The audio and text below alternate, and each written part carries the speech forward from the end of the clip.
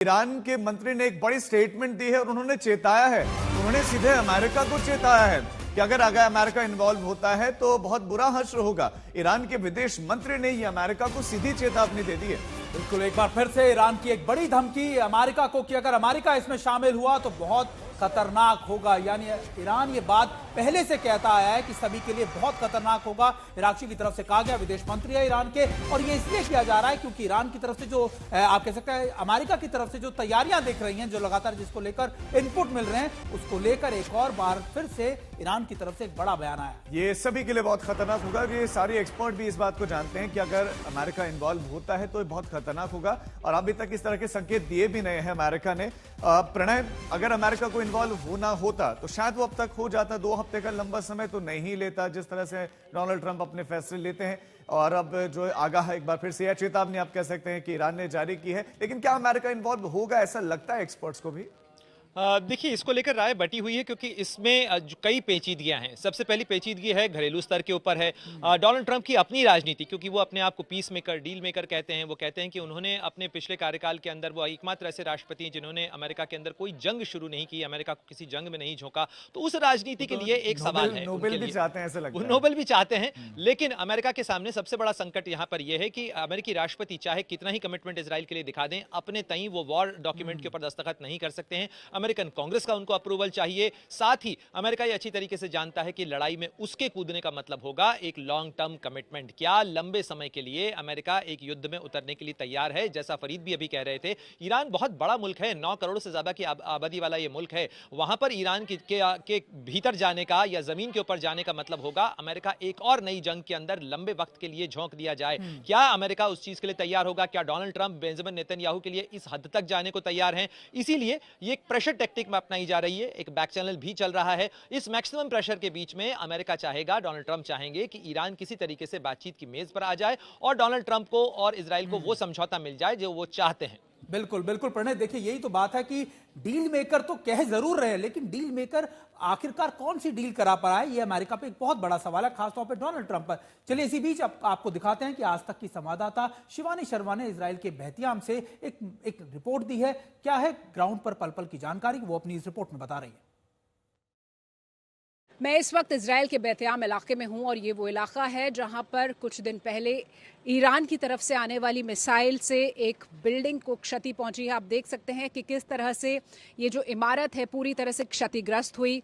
5 लोगों की जान इस हमले में गई। एक ही परिवार के ये 5 लोग थे। हालांकि सायरन्स हुए और उसके बाद लोग शेल्टर्स में जा रहे थे, लेकिन शायद इस परिवार को उतना वक्त नहीं मिला कि वो अपनी जान बचाने के लिए यहाँ से निकल सके।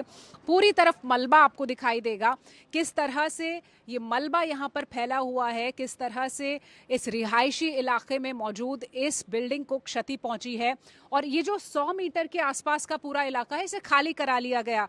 पुलिस ने यहाँ पर बैरिकेड्स लगाए हैं, इस पूरे इलाके को ब्लॉक कर दिया है, किसी को यहाँ आने की मनाही है क्योंकि बिल्डिंग और ज्यादा टूटकर नीचे गिर सकती है, किसी को और क्षति ना पहुंचे। इस पूरे इलाके को खाली कराया गया और ये महज एक ऐसी इमारत है जिस पर आप प्रभाव देख रहे हैं ईरान के मिसाइल सैल्वोज का। ऐसी तमाम बिल्डिंग्स इजराइल में दिखाई दे रही हैं जहां पर इसी तरह की तबाही का मंजर है।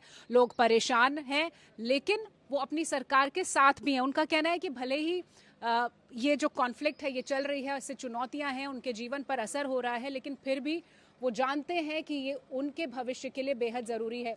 इजराइल के झंडे आप देखिए, जो फ्लैग्स हैं यहाँ पर इजराइल के, वो जगह जगह पर लगाए गए हैं ताकि जो सॉलिडारिटी है सरकार के साथ वो लोगों की दिखाई दी जा सके। तो बहुत ज़्यादा प्रभावित दिखाई दे रहा है इजराइल पहली बार, क्योंकि रिहायशी इलाकों में ईरान की मिसाइल्स गिर रही हैं, लेकिन फिर भी लोग खड़े हुए हैं मुस्तैदी के साथ और उनको भरोसा है कि ये जो पूरी ऑपरेशन है इसको इजराइल पूरा करेगा और जो उसका मकसद था जिससे इसकी शुरुआत हुई है उसको पूरा कर लेगा। लेकिन साफ तौर पर रिहायशी इलाकों में ख़ास तौर पर इजराइल के अंदर ये मंजर कह रहा है कि इस बार जो खतरा है वो छोटा नहीं है। शिवानी शर्मा, आज तक के लिए, बेतलेहम, इजराइल से। तो ईरानी हमले में कितना नुकसान पहुंचा है ये छुपा नहीं है। इजराइल को बहुत ज्यादा नुकसान हुआ है और अलग अलग जगहों पर हमारे संवाददाता शिवानी गई है और उन्होंने वहां से रिपोर्ट भी भेजी और लाइव कवरेज भी लगातार जारी है। उनकी एक और रिपोर्ट आपको दिखाते हैं कितना नुकसान इजराइल में हुआ है।